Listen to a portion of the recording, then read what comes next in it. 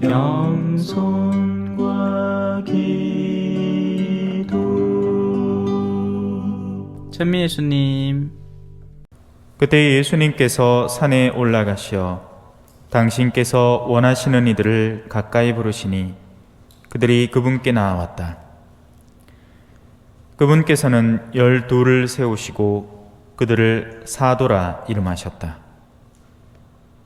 그들을 당신과 함께 지내게 하시고 그들을 파견하시어 복음을 선포하게 하시며 마귀들을 쫓아내는 권한을 가지게 하시려는 것이었다.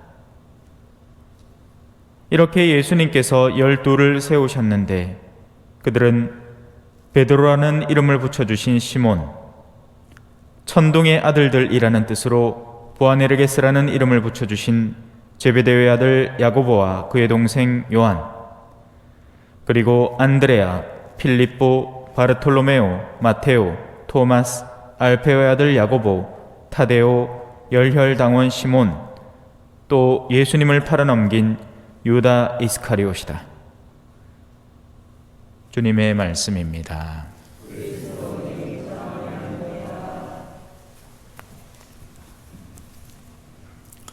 찬미 예수님.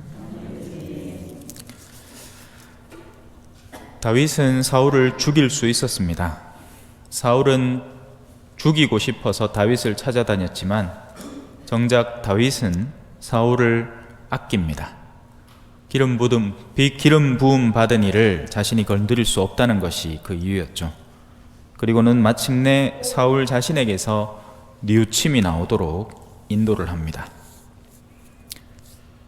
그게 의인들의 방식입니다. 악인들은 한 사람이 1이라는 힘을 쓰면 상대는 2라는 힘으로 그를 짓누르고 억눌러서 이겨버리려고 합니다. 하지만 결코 끝나는 싸움이 아니죠. 왜? 상대는 다시 3이라는 힘을 준비하기 때문입니다. 그래서 끊임없는 복수의 순환고리가 시작되는 겁니다.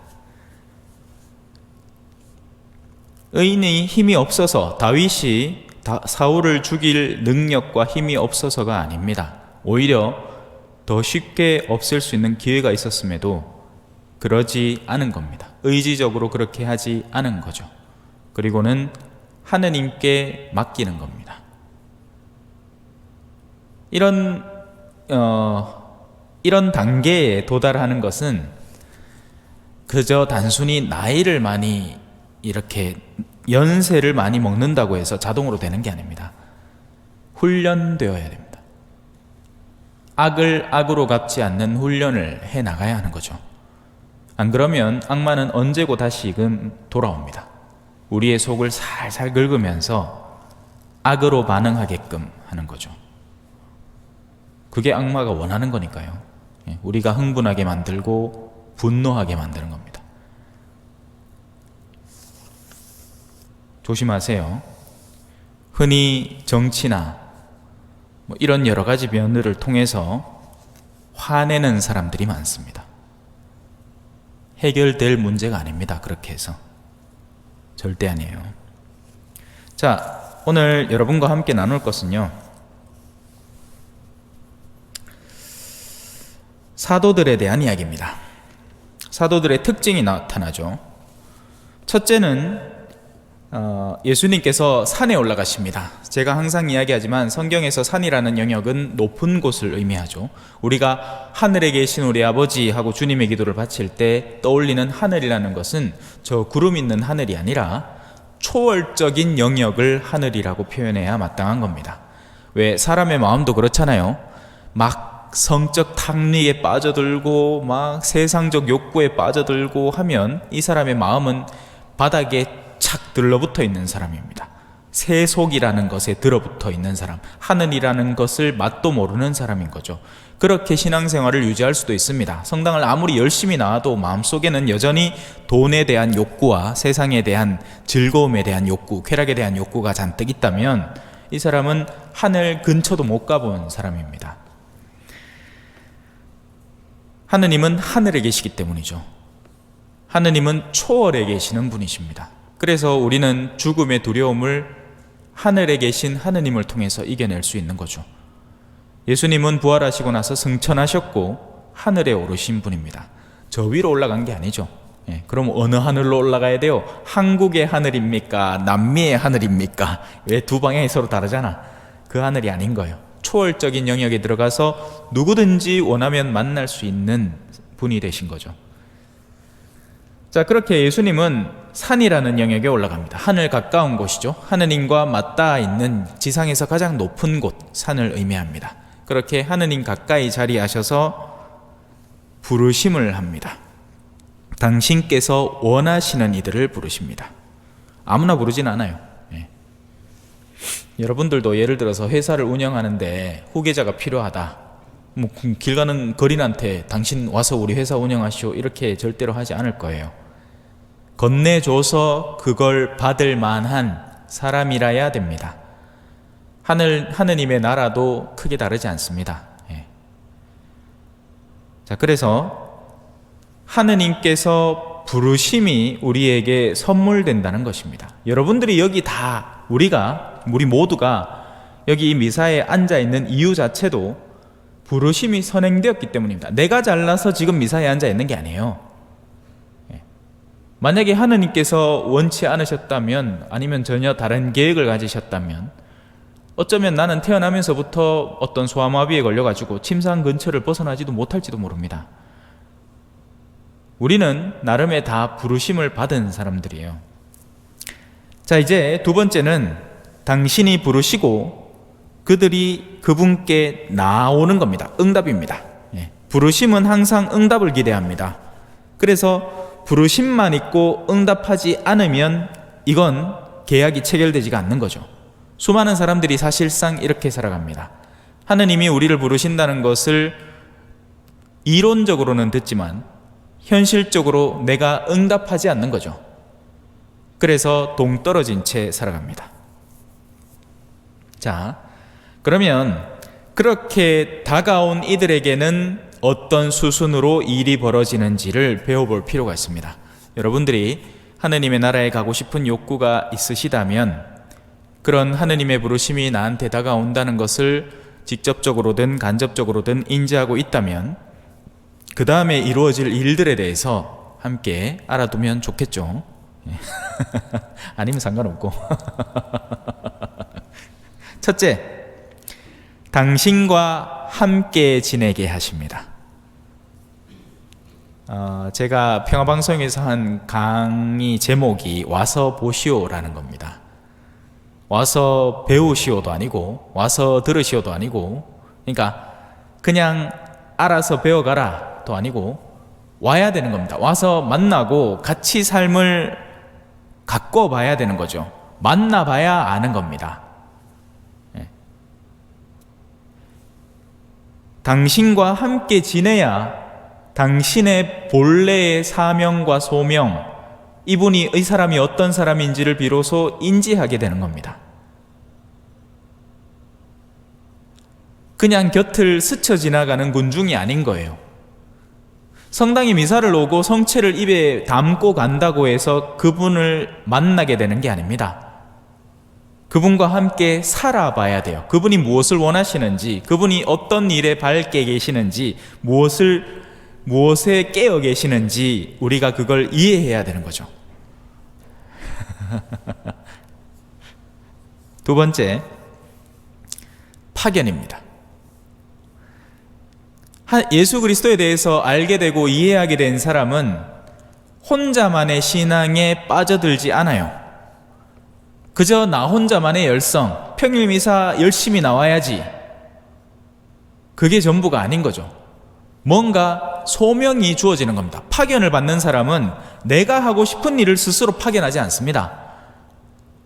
누군가의 의지가 나를 파견하는 거죠. 이 부분에서 우리는 충돌이 일어납니다. 나는 내가 하고 싶은 걸 하고 싶거든요. 그런데 파견받은 사람은 그 파견을 보낸 사람이 하고 싶은 걸 해내야 하는 사명을 지니게 되는 겁니다.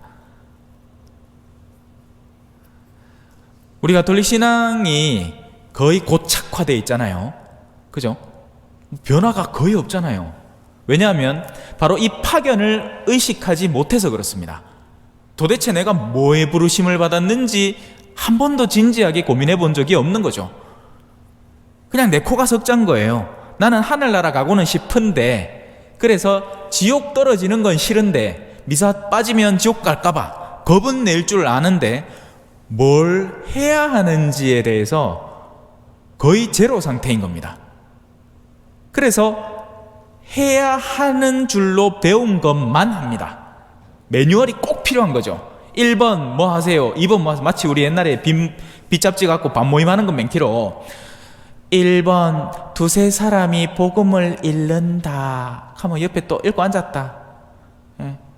그럼 또 어떤 할매는 또 안 닫고 그래 읽는 거 아니다 하고 막 가르친다. 예. 백날 해보면 뭐 압니까? 복음화가 안 되잖아요. 그죠? 그냥 하는 일만 쳇바퀴 돌듯이 할 뿐이에요. 그런다고 해서 우리 공동체에 전에 없던 새로운 사람이 호기심을 갖고 너가 뭐하노? 나도 들어가도 되나? 물어보는 일도 없습니다. 그저 맹탕 신앙인들끼리 모여가지고 자기 할 일들 열렬하게 하는데 전혀 성장하지도 않고 있는 자원이나 깎아먹고 있죠. 그냥 한 사람씩 죽어갈 날만 기다리는 겁니다. 성장하지 않는 세포가 되는 거죠. 죽은 공동체인 거예요. 안 그래요? 우리 몸도 그렇잖아요. 우리 몸도 지금 이 순간에도 여러분의 세포는 재생되고 있습니다. 그러니까 살아있는 거예요. 안 그러고 세포가 성장을 멈추잖아요. 그럼 우린 죽는 거예요. 교회 공동체도 마찬가지입니다. 더 이상 성장하지 않는 교회 공동체, 그저 있는 사람들만 데리고는 옹냐 하고 있는 공동체는 사실상 죽은 공동체입니다.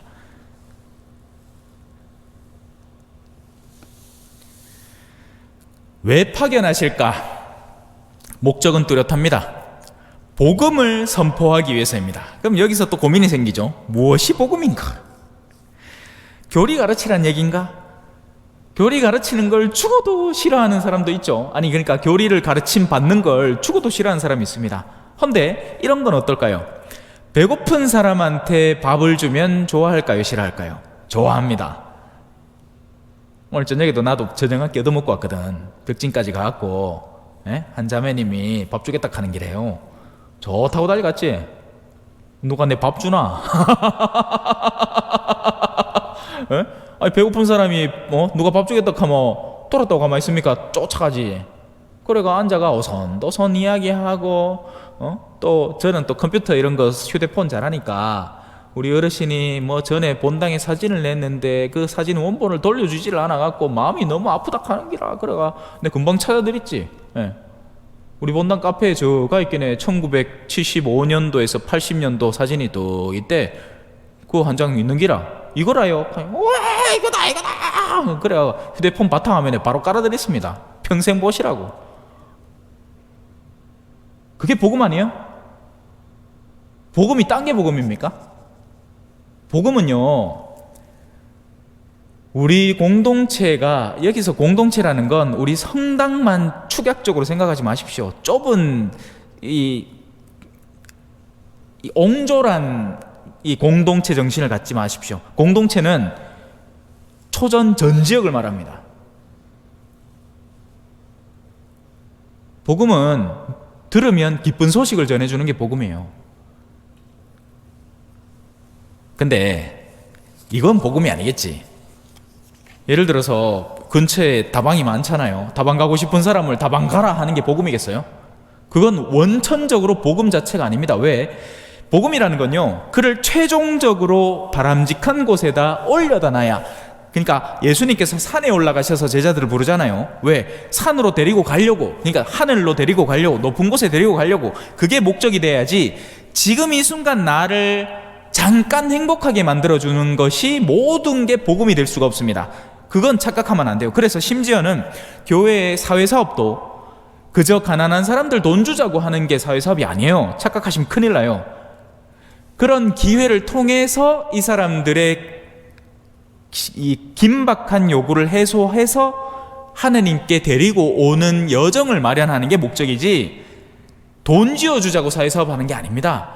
이걸 착각하면 선교지 가서, 제가 있던 남미에서도 마찬가지예요. 돈 주고 돌아다니는 거예요. 돈 주고. 그럼 나중에 어떻게 되는지 아십니까? 재밌는 게 있어요. 이건 실제로 행한 어떤 교수가 행한 실험인데요. 동네를 지나가면서 문 앞에다가 1달러씩 두는 겁니다.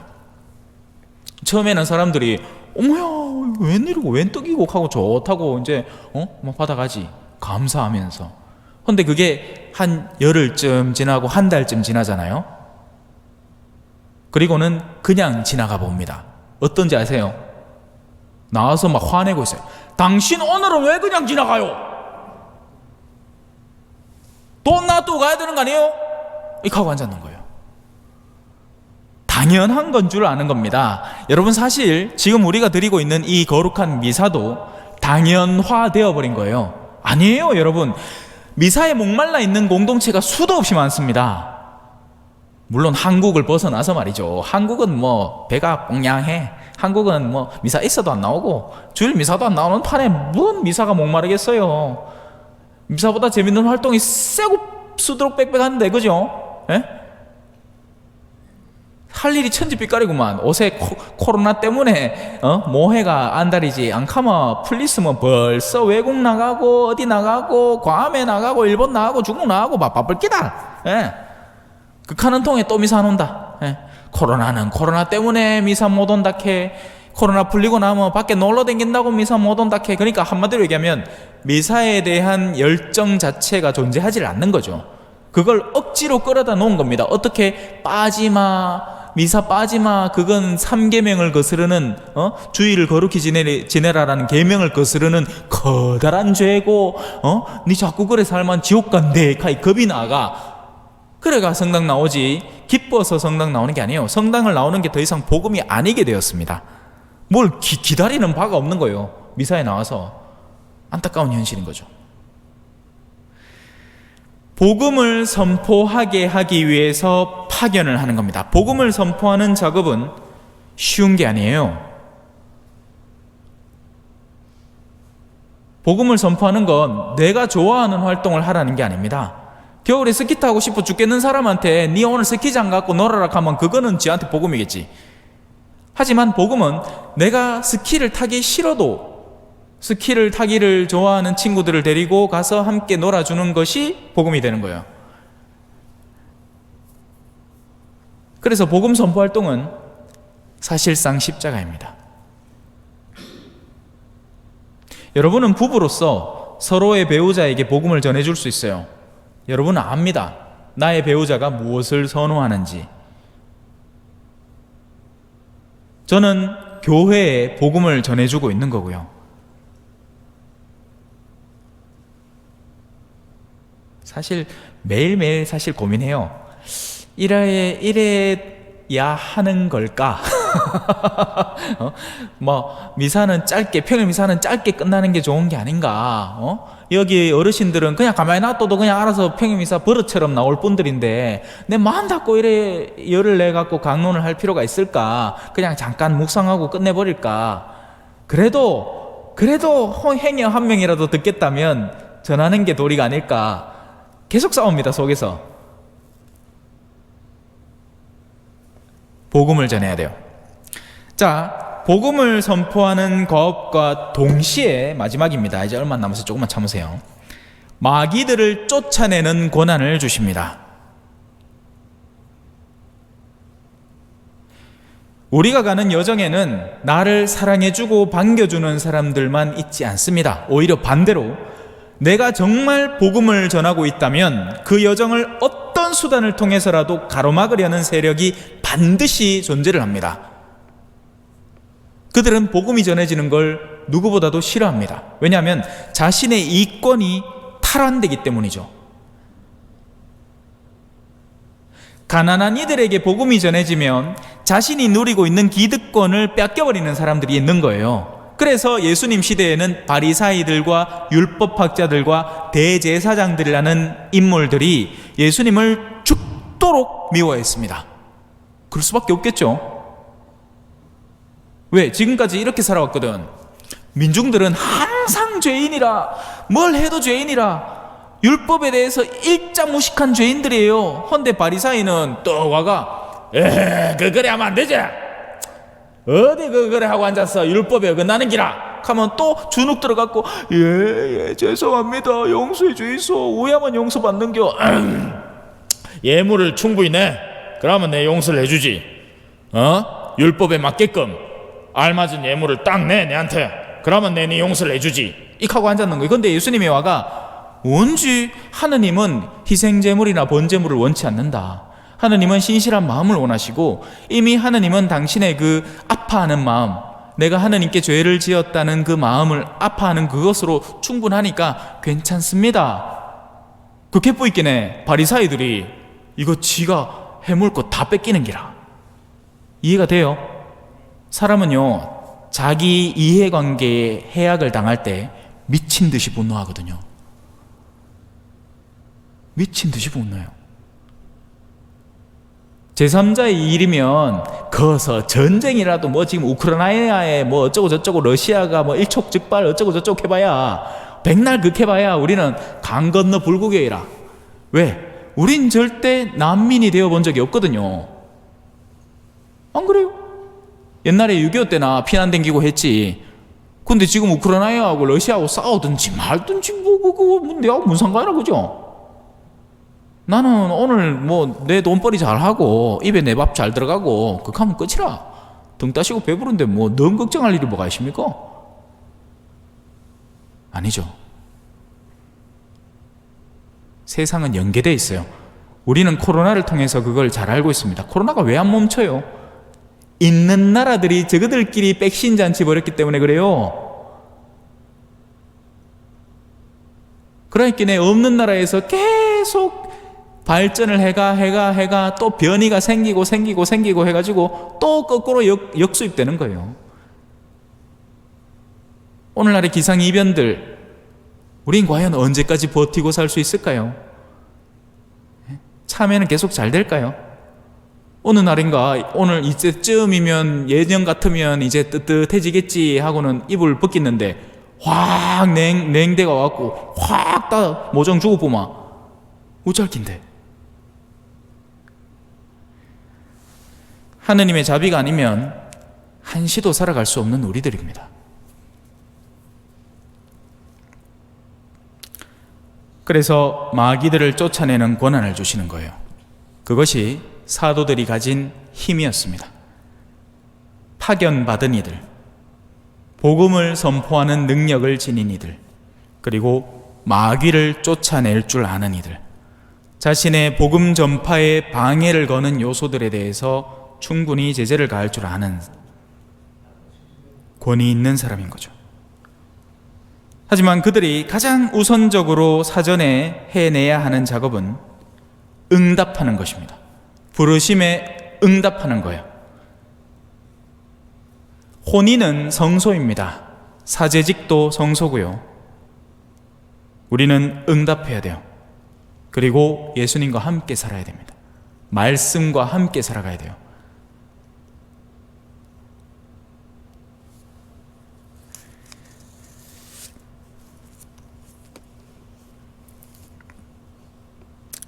하느님께 지극히 높으신 분께 나를 위하시는 하느님께 부르짖네. 하늘에서 나에게 구원을 보내시어 나를 짓밟는 자를 부끄럽게 하시리라. 하느님은 자애와 진실을 보내시리라.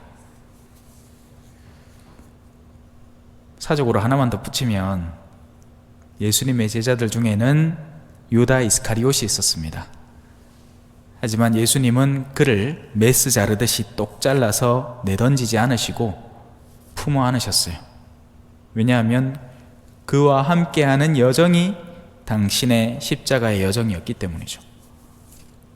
아멘. 찬미 예수님, 겸손과 기도.